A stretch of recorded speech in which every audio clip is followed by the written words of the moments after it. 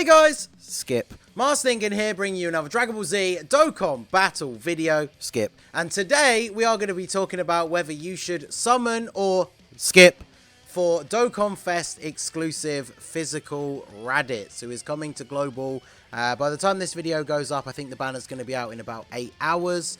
And so we are basically just going to talk about the banner, the unit itself, and what I think you guys should do, you know, in terms of not just with this banner, but looking forward ahead to the future.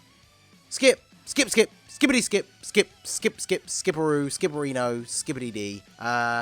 Yeah, so how much further into it do I need to go? I mean, I'm going to talk about why. I'm going to talk about the unit. I'm going to explain all the reasons behind it. But yeah, this banner is literally the biggest skip of like 2022 for Global.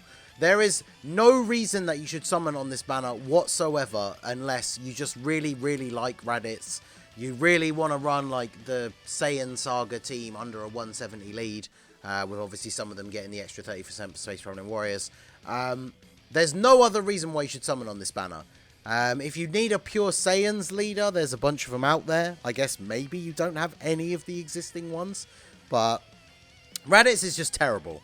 And there's all the memes, like, you know, there's the pretend, like, you know, the meme, like, Stan accounts and all that kind of stuff. People trying to pretend that RADITZ is good. And, like, I get it, right? I actually like RADITZ as a character, kind of. I'm not like, you know, he's not on my top list or anything because he's barely in the show. But I always thought his design was cool. I like the massive hair.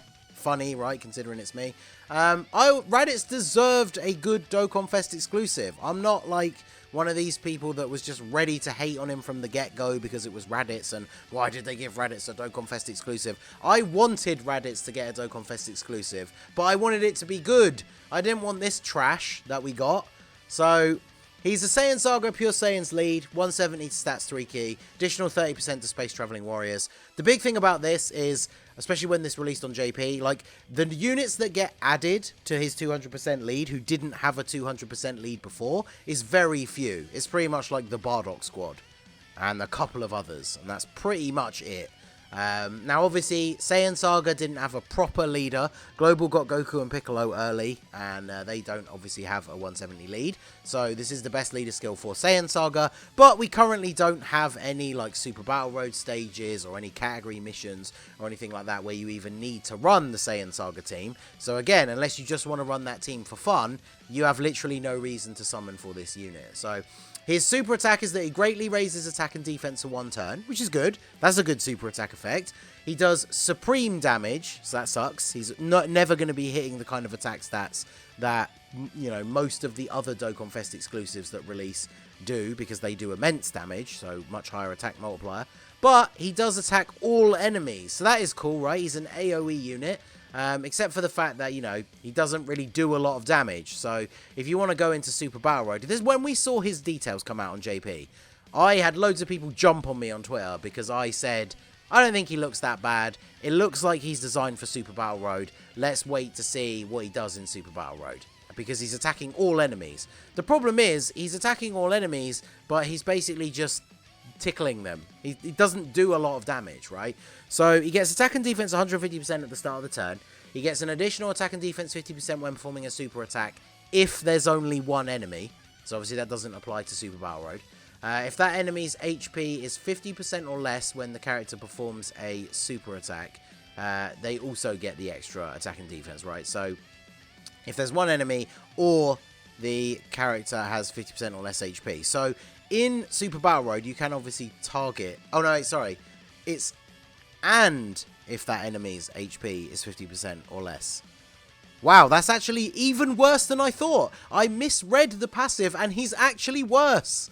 I thought it was or the enemy's HP is 50% or less, which then means at least when there's multiple enemies, you could target the one that has 50% or less HP, and he'd still get that attack buff. But no, there has to be one enemy and they have to be at 50% or less HP. So every time you go into a new phase in a long event or the red zone, then the enemy's on full health, he's not getting this buff, even though there's only one enemy. So that's really bad. Then he gets an additional attack 100% and a high chance to crit, and gets a crit after receiving an attack, as well as an additional defense 150% when there is 2 or more enemies. So basically, you need to be against multiple enemies and get hit first, and then he will get a nice attack buff.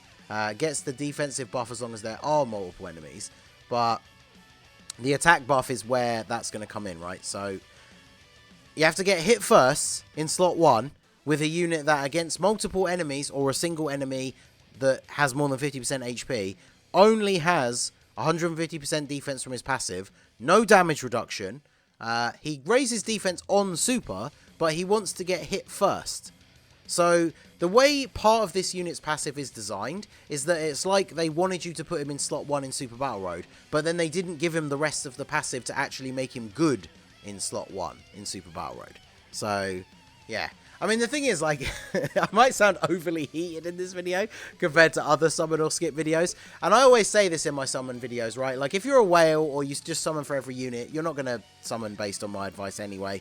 But this is for people who are either free to play or you only spend a little bit and you really need to be careful with how and when you summon. This is a banner that you should not summon on. And, like, I do think it's funny that people, you know, people make memes and people joke about how RADITZ is actually good. And like I said, people make, like, stan Twitter accounts and stuff to like, meme about how RADITZ is great.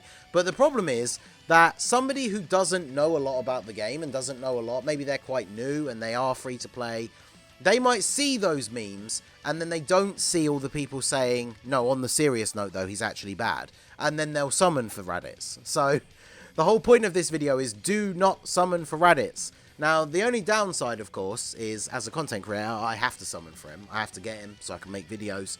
And we'll see how that goes. But, yeah, do not summon for this guy. Now, Nappa is on his banner as the side banner unit, and he's pretty good. Now, the thing is, of course, as a side banner unit, he's just going to go into the general pool afterwards. So you don't need to summon on this banner to get him, even though it will be harder to get him afterwards, of course, because the general SSR pool is very, very big. He's a Saiyan Saga lead for 130. He greatly raises defense on 1 turn on super attack. He has the mechanic which I don't really like, which is that he raises defense by a certain amount based on the HP you have. So the higher your HP at the start of the turn, the bigger the boost you get, which is kind of annoying because obviously it can be beyond your control sometimes. Like the wrong unit eats a super on the turn before this guy, and so you start the turn on like 10% HP. And so then all of a sudden he's got no defense. Now, the upside for the Nappa unit is, of course, the fact that the raises defense is up to 780%. So even if you're at like 50% HP, that's still like 390% defense, which is still pretty good. So he's only really going to get caught out when you're on quite low HP. But yeah, when you're on full HP, this guy's defense can be absolutely crazy. He gets extra attack when you're facing one enemy. He gives Saiyan Saga allies 2 key and attack and defense 30%. Plus, he also gives an additional attack 7% and defense 8% for Saiyan Saga allies per existing superclass enemy. So against one superclass enemy, he's still giving 37 attack and 38 defense. And then obviously every extra superclass enemy, he's giving more to the Saiyan Saga allies. So I'm assuming when Saiyan Saga gets a Super Battle Road stage, there'll probably be a stage where you fight like Yamcha, Tien, Chaozu, Krillin, Piccolo. So there's like 5 super type enemies, and then this Nappa's going to be really, really good in that stage. He has an active skill that does damage, so it just does ultimate damage, lowers the enemy's attack, lowers their defense, and seals them, so that can be pretty good. Can be activated when facing 3 or more enemies, so again, good for Super Battle Road. Or when there's not multiple enemies, you have to be attacked 6 times, which isn't really that, you know, huge of an issue because Nappa is supposed to be a defensive unit. So, let's talk about his banner. We already know we don't want to summon for this guy. You might want this guy, but not really worth summoning on the banner just for him. But let's talk about the banner itself. So, the banner, obviously we have RADITZ and Nappa. We have the return of AGL Trunks. So, obviously if this doesn't change, this will be the first time AGL Trunks comes back on Global. So, that's pretty cool. AGL Kid Gohan, he's actually pretty good as well. Decent, 2 first units here. In Super Saiyan 4 Gogeta. Now, he's a little bit outdated now. Red Zone definitely showed that. I tried using him in a few runs, and he wasn't terrible, but even after supering, he's taking like 50k upwards sometimes from normal attacks. But he's still pretty decent. Piccolo, I mean, he can have his uses because he has a Scouter effect, but he's pretty outdated now. He'll be easying fairly soon-ish, I guess. But he's a bit outdated. And then Kid Goku just kind of sucks now until he gets an easy A. So, in terms of the banner, Nappa is pretty good, but in terms of like current meta, like if you're struggling to beat red zone stages and stuff like that, the only unit on this banner that's really going to be super useful is the AGL Kid Gohan. And I don't think it's enough to summon just because there's one unit on the banner that you want, right? And the main reason why I'm telling people to skip, not just because RADITZ sucks. If you wanted to throw a punt and summon a couple of times, or just once only or whatever, on banners, when we're in the middle of a huge dry period, where there's not much going on, maybe we know like the next Dokkan Fest, like for example, the next Dokkan Fest after this is going to be, apart from the big one that we're going to talk about, is the Resurrection of F Blues. If you really don't care about them, you could chuck a couple of multis at RADITZ in like a different, you know, if we're in a different timeline, it wouldn't be so bad. But the main thing you have to remember as to why you shouldn't summon for RADITZ is the worldwide download celebration is going to start in like 3 weeks from the day this video's gone up. In fact, in 3 weeks, it'll be the 29th, so the event will have potentially already started. And that means we're going to get 2 new Dokkan Fest exclusive LRs, which, if we go by last year and potentially the year before, are like potentially the new 2 best units in the game. So why would you be throwing away stones 3 weeks before potentially the 2 new best units in the game come out? Like, this is one of those filler, like, bait banners that comes out before a big celebration that you should try and avoid pretty much at all costs. Now, Global is going to do some shenanigans, I'm sure, to try and get people to summon.